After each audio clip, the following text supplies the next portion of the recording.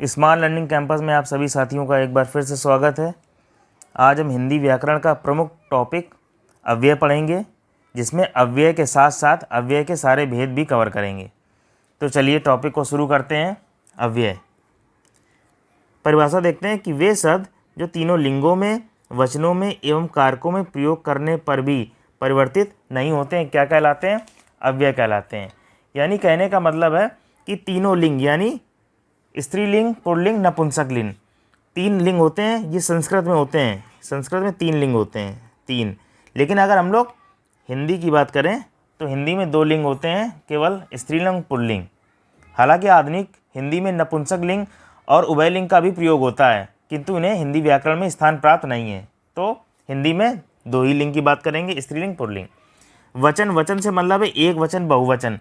कारकों से मतलब है जो हम लोग कारक पढ़ते हैं, कर्ता, कर्म, करण, ठीक है ना, अपादान, ये सारे कारक, उनमें प्रयोग करने पर भी शब्द क्या होता है? परिवर्तित नहीं होता। क्या कहलाता है? अव्यय कहलाता है। और अच्छी तरीके से समझते हैं, अर्थात ऐसे शब्द जो सभी लिंगों, सभी वचनों, सभी विभक्तियों, सभी पुरुषों में एक समान रहते हैं, यानी शब्द चेंज नहीं होता है, तो जिनके रूप में कभी कोई परिवर्तन नहीं आता, वे क्या कहलाते हैं? अव्यय शब्द कहलाते हैं। अब इसको एग्जाम्पल से अच्छी तरीके से समझते हैं। जैसे लिखा है घोड़ा तेज दौड़ता है, तो घोड़ा यहाँ पे क्या है? पुल्लिंग है, इसलिए वो तेज दौड़ता है। यहाँ पे देखिए क्रिया क्या है? दौड़ता है। और यहाँ अव्यय क्या है? तेज। ये अव्यय। ठीक, बात समझिए। अगला देखते हैं। फिर है घोड़ी तेज दौड़ती है। घोड़ी तेज दौड़ती है, तो यहाँ पे ये स्त्रीलिंग हो गई। घोड़ी क्या हो गई? स्त्रीलिंग। तो यहाँ पे क्रिया क्या हो गई? दौड़ती, यानी क्रिया देखिए चेंज हो गई। जब घोड़ा था तो दौड़ता था। अब जब घोड़ी आ गई तो दौड़ती हो गया। लेकिन अव्यय अभी भी क्या है? तेज है। अव्यय अभी भी वहाँ पे क्या है? तेज। तो यहाँ पे भी देखिए सेम है, चेंज नहीं हुआ है। फिर घोड़े तेज दौड़ते हैं। घोड़े, अब घोड़े यहाँ पे बहुवचन के रूप में प्रयोग हुआ है। घोड़े बहुत सारे हैं, क्या है? तेज दौड़ते हैं।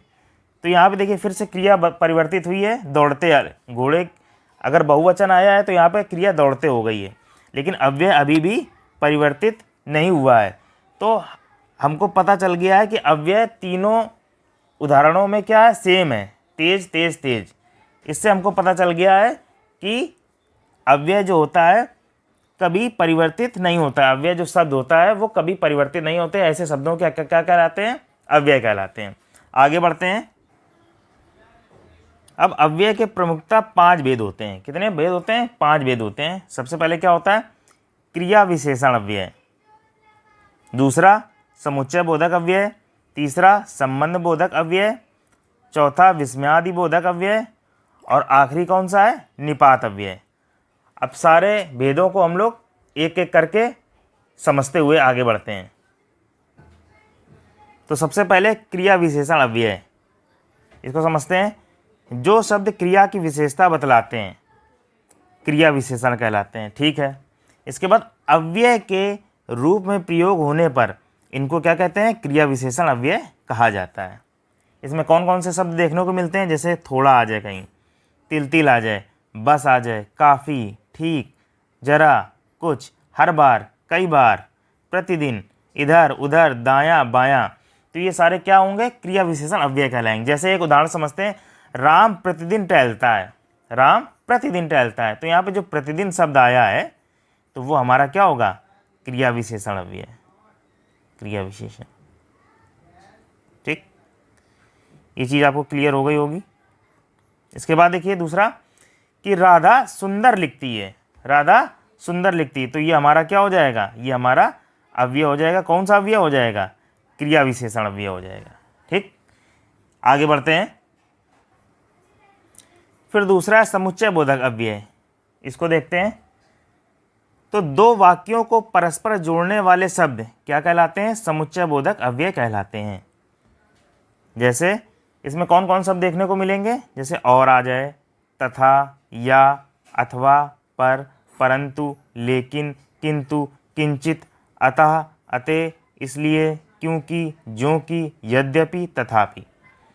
तो ये जो शब्द हैं दो वाक्यों को जोड़ने का काम करते हैं। जैसे कविता और गीता एक कक्षा में पढ़ती हैं, तो यहाँ पे कौन और जो है ये शब्द दोनों को जोड़ रहा है, तो ये हमारा क्या कहलाएगा? समुच्चय बोधक। समुच्चय बोधक अव्यय कहलाएगा। ठीक, इसके बाद राधा बीमार है इसलिए वह आज नहीं आएगी, इसलिए, तो ये हमारा क्या कहलाएगा? समुच्चय बोधक। समुच्चय बोधक। इतनी चीज क्लियर हो गई। अगला देखते हैं। इसके बाद है संबंध बोधक अव्यय। इसको देखते हैं। जो अव्यय किसी संज्ञा शब्द के बाद आकर उस संज्ञा शब्द का संबंध वाक्य के दूसरे शब्द से दिखाता है, संबंध बोधक अव्यय कहलाता है। इसमें कौन कौन शब्द देखने को मिलते हैं? जैसे के आगे आ जाए, के पास, के समान, के बराबर, के कारण, के पीछे, की अपेक्षा, के विपरीत, की तरफ, के खिलाफ, ऐसे शब्द देखने को मिलते हैं। जैसे एग्जाम्पल समझते हैं कि विद्यालय के सामने बगीचा है, विद्यालय के सामने, तो इस संज्ञा शब्द का जो संबंध है वाक्य के दूसरे संबंध को कौन दर्शा रहा? के सामने। विद्यालय के सामने क्या है? बगीचा है। तो ये जो हमारा के सामने आया, ये हमारा क्या होगा? संबंध बोधक, क्योंकि इसी संबंध प्रकट हो रहा है कि बगीचा विद्यालय के सामने है, तो ये संबंध बोधक होगा। ठीक, इसके बाद संबंध बोधक अव्यय। फिर देखिए, इसी जंगल के पीछे नदी बहती, तो नदी कहाँ बहती है? इसी जंगल के पीछे, तो संबंध का पता चल रहा है कि इसी जंगल के पीछे, तो के पीछे, इसमें के जरूर लग के आता है, के सामने, के पीछे, के आगे, के कारण, तो यहाँ पे ये क्या होगा? संबंध बोधक। संबंध बोधक अव्यय। ठीक, इसके बाद अगला देखते हैं, विस्मयादि बोधक अव्यय। इसमें क्या देखते हैं? जो शब्द हर्ष, विस्मय, शोक, घृणा इत्यादि का बोध कराएं विस्मयादि बोधक कहलाते हैं। कौन कौन से शब्द इसमें देखने को मिलते हैं? जैसे हे, अरे, हो, अहो, शाबाश, वाह वाह, दिक, सावधान, हटो, बचो, ठीक, अच्छा, तो ये शब्द देखने को मिलते हैं। अब उदाहरण समझते हैं, ज़्यादा समझ में आएगा। जैसे अरे पीछे हो जाओ, गिर जाओगे।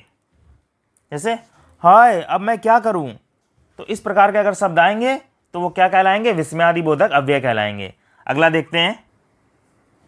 फिर आखिरी है निपात अव्यय। ये क्या होता है कि जो वाक्य में नवीनता या चमत्कार उत्पन्न करते हैं उन्हें निपात अव्यय कहते हैं। इसको अच्छे समझते हैं कि जो अव्यय शब्द किसी शब्द या पद के पीछे लगकर उसके अर्थ में विशेष बल लाते हैं उन्हें निपात अव्यय कहते हैं। ये बहुत एग्जाम में पूछा जाता है, निपात अव्यय बहुत आता है।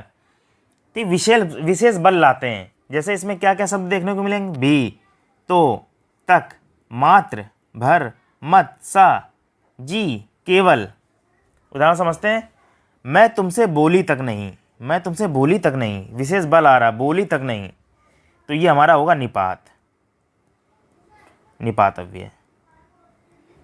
इसके बाद अगला देखते हैं कि पढ़ाई मास से ही सब कुछ नहीं मिल जाता है। ये विशेष बल आ रहा है कि पढ़ाई मास से सब कुछ नहीं मिल जाता है, तो ये हमारा क्या होगा? निपात होगा। तो इस प्रकार इस वीडियो में हमने अव्यय और उसके भेदों को अच्छे से समझा। वीडियो अगर अच्छी लगे तो लाइक ज़रूर करिएगा। साथ ही अगर आपका कोई भी प्रश्न हो तो कमेंट करके हमसे ज़रूर पूछें। मिलते हैं अगले वीडियो में, तब तक के लिए धन्यवाद।